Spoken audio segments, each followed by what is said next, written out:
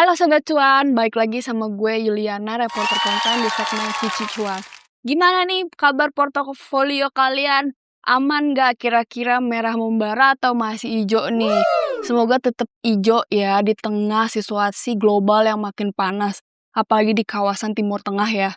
Seperti kita tahu di akhir Februari 2026, ada serangan nih dari Israel bersama Amerika Serikat ke Iran. Akhirnya efeknya kemana-mana.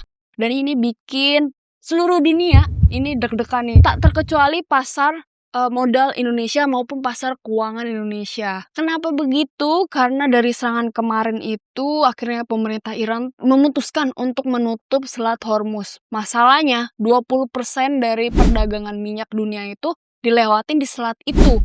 Dan kalau misalkan jalan itu ditutup, efeknya itu bisa merembet kemana-mana. Ada efek domino. Kalau minyak nggak ada, pasokan bisa terganggu. Misalkan pengiriman barang, transportasi itu butuh bahan bakar ya, bahan bakarnya sendiri dari minyak. Kalau itu terganggu, efeknya bisa kemana-mana. Nah, di video kali ini gue bakal bahas sebenarnya apa sih yang terjadi di Timur Tengah, terus seberapa penting sih Selat Hormuz, sama kira-kira efeknya ke Indonesia gimana. Dan sebagai investor, kita tuh harus gimana ya? Kira-kira bisa nggak ya kita nangkep peluang yang ada? Nah, Sobat Cuan, sebenarnya kita udah tahu ya kalau misalkan konflik di Timur Tengah itu udah berlangsung dari beberapa tahun lalu. Cuman yang beda di tahun ini, si negeri paman Sam itu, si AS juga ikut-ikutan menginvasi Iran gitu dengan militer-militernya. Akhirnya, sebagai respon, si pemerintah Iran ini menutup Selat Hormuz yang kayak tadi di awal gue bilang. Masalahnya, walaupun itu selat terbilang kecil tapi itu nggak bisa diremehin. Si Selat Hormuz ini itu ngebawa minyak-minyak dari negara produsen-produsen minyak di negara teluk kayak misalkan Arab Saudi, Uni Emirat Arab, Kuwait, Irak. Nah itu mereka tuh kan produsen-produsen minyak. Itu dilewatin si Selat Hormuz. Ini nggak cuma negara-negara sekitar situ aja ya, bahkan beberapa perusahaan Indonesia tuh kapalnya juga menyeberangi si Selat Hormuz itu. Jadi cukup berpengaruh kalau misalkan ini ditutup. Masalahnya pemerintah Iran ini udah mengancam kalau misalkan kalau lo berani melewati Selat Hormuz, gue gak akan segan-segan buat nembak nih.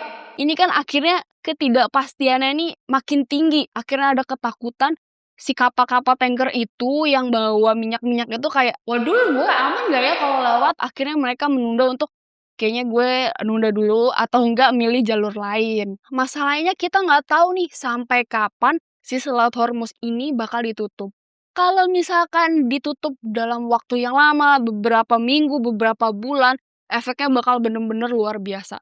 Setidaknya ada 3 efek nih yang paling kerasa. Pertama, harga komoditas dunia terutama minyak bakal melonjak naik.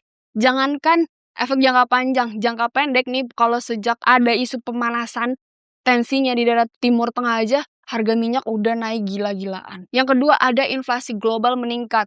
Karena apa? Minyak itu kan bahan bakar ya, bahan baku utama, penggerak mesin transportasi. Kalau minyaknya aja susah, barangnya aja susah, akhirnya efeknya itu kemana-mana. Harga minyak naik karena demand-nya sedikit. Harga barang-barang juga akan naik, akhirnya inflasi meningkat. Nah yang ketiga, pasar keuangan akan lebih volatil. Karena kenapa? Tensi yang ada di Timur Tengah itu membuat ketidakpastian semakin tinggi. Apalagi ada keterlibatan Amerika Serikat. Investor nih udah mulai cemas. Investor tuh biasanya akan looking forward, melihat ke depan, gak cuma jangka pendek. Kira-kira efeknya gimana? Gimana kalau beneran ternyata selatnya ditutup makin lama? Gimana kalau misalkan mereka gak ketemu jalan tengah? Akibatnya apa? Di tengah ketidakpastian ini, investor-investor global yang punya uang-uang besar, apalagi investor asing, bakal mencari ke aset investasi instrumen yang lebih aman. Misalkan emas, yang imbasnya juga harga emas kalau diburu terus akhirnya naik terus ya. Terus mereka akan nyari mata uang yang cenderung aman, kayak misalkan dolar Amerika gitu. Mereka akan berlari ke situ. Ya akhirnya saham-saham atau instrumen yang tingkat risikonya tinggi kayak saham itu dihindarin sama investor global. Mereka akan cenderung main aman di tengah ketidakpastian ini.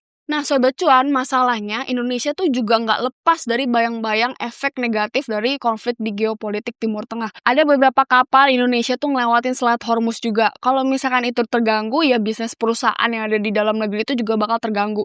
Otomatis harga minyak juga keganggu. Inflasi juga bisa terjadi di Indonesia karena harga minyaknya naik. Bisa aja BBM kita naik kan. Kalau BBM naik, efeknya kemana-mana. Harga gorengan buat takjil kalian juga bisa naik kan. Yang kedua, balik lagi, pasar saham akan volatilitasnya tinggi sekali. IHSG bisa bergerak liar kemana-mana. Tekanan jual, outflow oleh investor asing tuh diprediksikan pasti akan terjadi. Setiap krisis pasti ada peluang, tapi gimana caranya kita memanfaatkan peluang itu dan melihat peluang itu. Ketika harga komoditas naik, seperti emas, oil and gas gitu, pasti secara nggak langsung akan tanda kutip menguntungkan perusahaan-perusahaan migas nih, perusahaan-perusahaan produsen migas. Ya dong, kalau harganya naik, pasti kinerja mereka ini bisa kurang lebih terkerek kan. Cuman masalahnya apakah itu benar-benar berefek langsung atau tidak, itu yang akan menjadi next question, pertanyaan besarnya. Yang kedua, ada sektor batu bara. Ternyata sektor batu bara ini juga ikut naik nih belakangan ini karena harga komoditasnya naik. Biasanya kalau sektor-sektor energi itu bakal sejalan dengan harga komoditasnya. Kalau harga komoditasnya naik, pasti kurang lebih kinerja si emitennya itu bakal diproyeksikan akan positif. Nah, yang ketiga ternyata ada sektor pelayaran. Kenapa? Selat Hormuz itu kan pasti dilewatin oleh kapal ya, karena di laut. Ketika selatnya ditutup, jalurnya ditutup, si emiten-emiten ini atau perusahaan ini harus nyari cara. Gimana ya? Gue mau tetap kirim nih, tapi gue harus muter rute yang jauh. Ketika rutenya jauh, ketika resiko pengiriman akan tinggi, pasti harga-harga tarif charternya ini di kapal tanker ini bakal tinggi. Efeknya apa? Ya, kinerjanya akan meningkat. Tapi balik lagi, itu semua potensi-potensi. Apakah itu benar-benar akan terrealisasi? Apa itu benar-benar efeknya terasa terhadap kinerja, itu yang harus diperhatikan. Karena kita juga nggak tahu nih, hanya Tuhan dan pemerintah Iran yang tahu kapan itu Selat Hormuz akan dibuka lagi. Nah, itu tadi beberapa sektor yang bisa kalian cermati. Untuk kalau sahamnya, kalian bisa cari-cari sendirilah. Kalian riset kira-kira mana yang fundamentalnya oke, mana yang secara ekspornya besar, mana yang secara porsi utangnya masih oke, mana yang secara manajemennya oke. Nah, tapi ada beberapa tips yang bisa gue share buat kalian. Gimana sih biar tetap investasi di pasar saham tetap aman? Yang pertama, karena ini kondisi global ya, kalian harus benar-benar ikuti perkembangan global. Nggak bisa tuh tutup mata nggak ngikutin perkembangan, itu nggak bisa banget. Karena sentimen di pasar itu adalah sentimen yang ada di global, baik itu domestik maupun global. Sekarang tensinya, kecenderungannya sentimen global mendominasi pergerakan pasar saham. Yang kedua, cek juga nih harga-harga komoditas yang terkait tadi, misalkan harga minyak, oil and gas, batu bara, atau tarif-tarif layar. Itu bisa kalian cermati. Cara gimana? Ya update, baca-baca berita. Kira-kira hari ini naik lagi nggak harga minyaknya atau gimana, atau tembus rekor gitu. Atau harga emas, apakah juga ikut naik? Atau saatnya mungkin bisa ngelirik emas lagi? Itu kalian harus pertimbangkan. Yang ketiga, jangan lupa diversifikasi, karena itu penting. Jangan taruh telur kalian di satu keranjang doang ya, karena itu resikonya cukup tinggi. Kalau diversifikasi, bisa mengurangi resiko kerugian gitu. Mungkin bisa melirik instrumen lain seperti reksadana atau obligasi, itu bisa jadi pertimbangan. Atau kalau mau pilih saham, bisa saham di sektor lain, kayak gitu. Nah, Sobat Cuan, jadi tetap perhatikan, baca berita, salurkan aspirasi pendapat kalian di bawah ya. Kalau kalian juga ada request, saran-saran, mau bahas apa di episode berikutnya, juga boleh komen-komen di bawah. Sekian video Cici Cuan kali ini, sampai jumpa di episode berikutnya. Dadah! Keputusan bisnis terbaik datang dari data, bukan tebakan.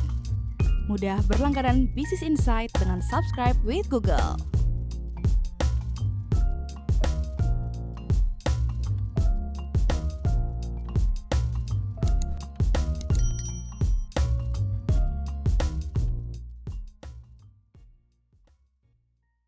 Download aplikasi Kontan sekarang di App Store atau Play Store.